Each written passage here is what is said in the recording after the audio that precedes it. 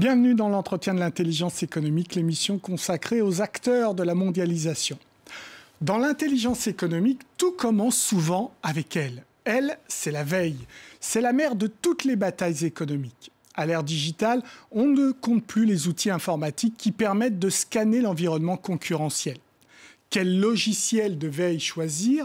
Comment s'y retrouver parmi une offre assez riche? Comment l'utiliser? Faut-il former tous les salariés à cet outil? Eh bien, pour répondre à ces questions, je reçois Jérôme Bondu, consultant et formateur en veille économique. Bonjour Jérôme. Bonjour. Alors, pourquoi la veille est-elle si indispensable dans la conquête des marchés? J'ai envie de dire, la veille était un principe de base. Quand on traverse une route ou quand on va sur un marché, par exemple, pour acheter des produits, on fait une surveillance de ce qui se passe. Quand on traverse la route, on regarde si des voitures arrivent. Quand on va sur un marché, on compare les produits. Et donc, la veille, la captation d'informations sur l'environnement est un principe de base. Donc, c'est un vieux réflexe. C'est un vieux réflexe, bien sûr. Qu'on a quasiment naturellement quand on est un commerçant. Absolument, c'est un vieux comme le monde. Toute la question se pose de savoir si la veille est forcément, de nos jours, une veille informatique.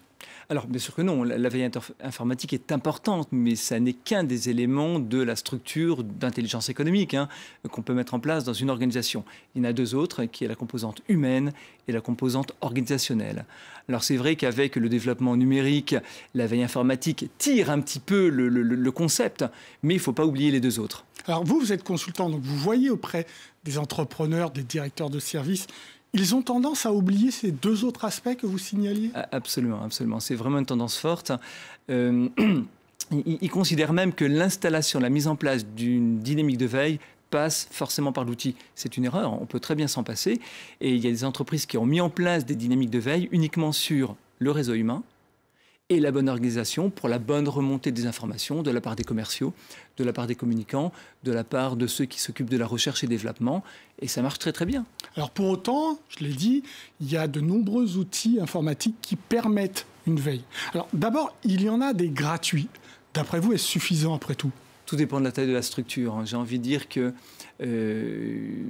utiliser des outils gratuits quand on est une grosse structure de plusieurs centaines de collaborateurs, ça commence à être très compliqué. On peut, mais c'est très compliqué. Par contre, les petites structures, les TPE, ou je ne vais pas employer un sigle, mais les sociétés de moins de 10 personnes peuvent tout à fait se débrouiller avec des outils gratuit. Alors attention sur le gratuit, il y a plein de choses, on pourra en reparler, mais ça permet déjà de mettre en place une dynamique. Mais alors quand on est un jeune entrepreneur en Afrique ou dans le Moyen-Orient, qu'on n'a pas beaucoup de moyens, on peut utiliser cette veille-là, et dans ces cas-là, comment on trouve le bon outil gratuit? Alors, le premier des outils, c'est Google, il faut bien le dire. Donc, c'est le moteur de recherche qui permet de trouver des informations sur le web. Attention à trop utiliser Google, on peut tomber dans une espèce de danger, j'ai envie de dire. Il faut savoir qu'en France, 94% des recherches passent par Google. Dans le monde, on est à 70%, grosso modo. Vous imaginez la force de Google? La connaissance qu'a Google de toutes les recherches d'informations dans le monde lui donne un avantage considérable. Donc, il n'y a pas que Google. On peut utiliser d'autres moteurs de recherche. J'ai envie de dire Yahoo. Alors, Yahoo et Bing, en fait, c'est le même outil. Après, il y a des différents outils, des outils qui anonymisent, des moteurs de recherche qui anonymisent les recherches. Je vais citer XQuick, DuckDuckGo. Toujours en anglais, cela, ou... Il fonctionne dans toutes les langues, il n'y a pas de problème. Donc une bonne veille passe par une bonne maîtrise du web et par une bonne utilisation des moteurs de recherche. Et attention, utiliser Google, Bing ou Yahoo ou les autres n'est pas si simple, contrairement à ce qu'on pense. Oui, parce qu'il y a une utilisation de base et il y a une utilisation beaucoup plus précise. Absolument. Et la première compétence de quelqu'un qui fait de la veille, ou du chef d'entreprise ou du manager qui veut s'initier à cette démarche, c'est de bien savoir interroger ces moteurs. Il existe ce qu'on appelle des opérateurs ou des commandes. J'emploie le terme opérateur. Je vais vous donner un exemple, tout bête. Je vends, allez, on va dire des chaussures, et je vais rechercher, une requête toute simple, des documents PDF qui parlent de basket et qui contiennent le mot-clé marché et le mot-clé Afrique. Voilà. Et bien, je vais pouvoir faire, par exemple, entitled de point, chaussures, espace, entitled de point marché, espace, entitled de point Afrique, file type de point PDF. Et là, vous avez une bonne requête. Alors, ça, c'est le gratuit. Vous êtes auteur de nombreuses études sur les logiciels payants. Comment on s'y retrouve ? Je crois qu'il y en a une vingtaine. On s'y retrouve difficilement, pour être tout à fait franc. Alors, dans l'opération de comparaison que j'ai menée, j'ai étudié 14 plateformes de veille que j'ai comparées à partir d'une centaine de critères. Vous voyez, c'est pas facile. Bon, néanmoins, soyons simples. On va prendre l'image de l'escalier. La première marche de la personne qui veut faire de la veille, ce sont les outils gratuits. On en a parlé, on passe. La deuxième marche va consister à prendre des outils, j'ai envie de dire, peu chers, voilà, qui vont être des outils monopostes qu'on va pouvoir installer sur un ordinateur et on va pouvoir se débrouiller avec. Je vais en citer un, c'est Website Watcher, qui existe depuis assez longtemps, qui est un outil hollandais, si je ne dis pas de bêtises, qui marche très bien. Voilà. Première marche. Les marches suivantes vont être constituées par des outils, on va parler de plateformes plus complexes, qui vont permettre à plusieurs collaborateurs de travailler ensemble, qui vont permettre d'organiser la veille. Alors, sur la première étage, là, la première marche, on est dans quel prix ? C'est très simple, un Website Watcher, de mémoire, c'est $99 par an.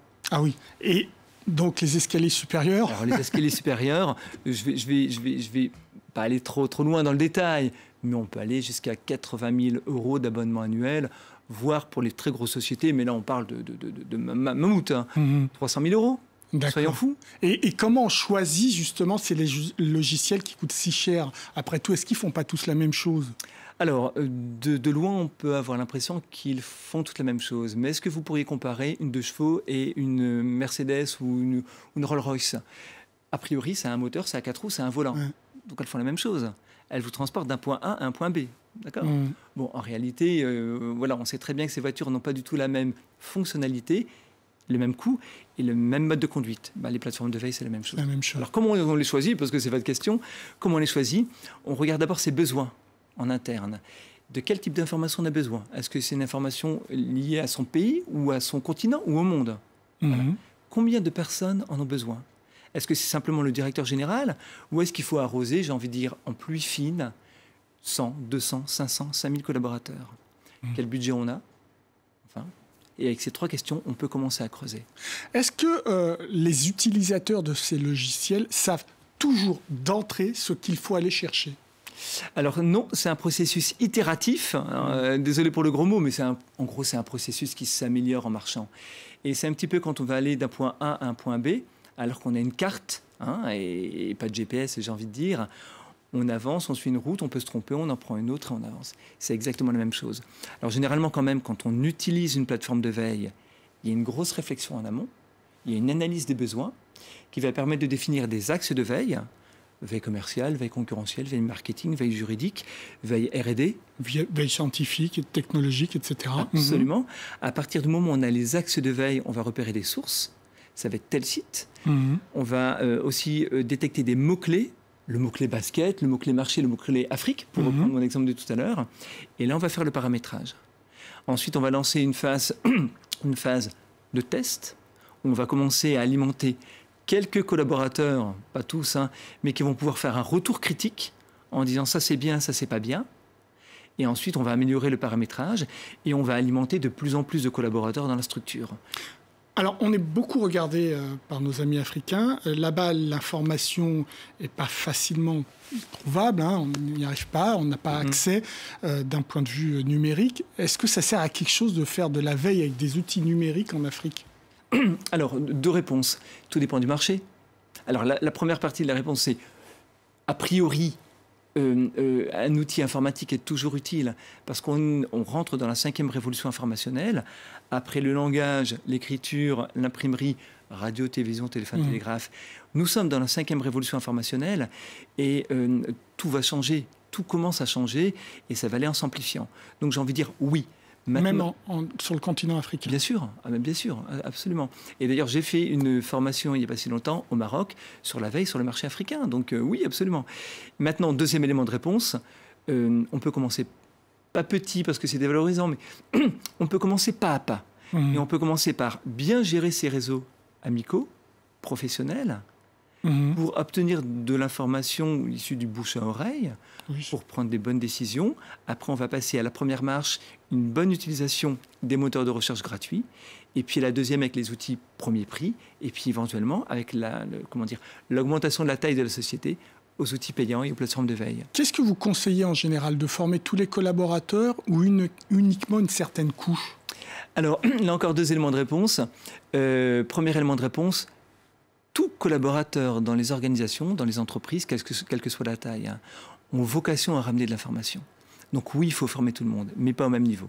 Voilà. Alors, les techniques de recherche d'informations sur les outils gratuits, à mes yeux, tout le monde doit y passer en quelque sorte.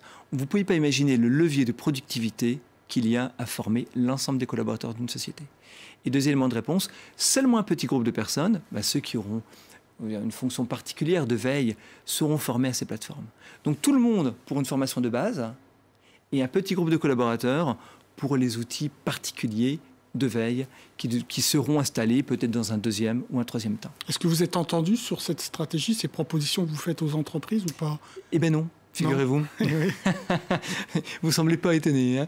Non, pas tellement. Surtout sur ma première proposition qui est de former tous les collaborateurs. Parce que les managers ne voient pas l'intérêt. Ils se disent, ils savent rechercher de l'information sur Internet. Pourquoi les former? C'est une perte de temps. Et en fait, c'est une erreur magistrale. Comme je l'ai montré tout à l'heure avec mon petit exemple, Intitled de point basket, Intitled de point marché, etc.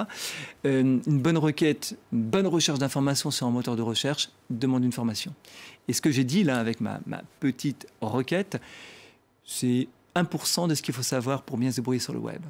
Il y a, je le répète, un gisement de productivité, donc d'efficacité énorme à former les gens à la 5e révolution informationnelle. Merci beaucoup Jérôme Bondu pour ces réponses. L'entretien est terminé, mais comme d'habitude, vous pouvez le retrouver sur france24.com. En attendant, restez avec nous car évidemment l'information continue sur France 24. Au revoir.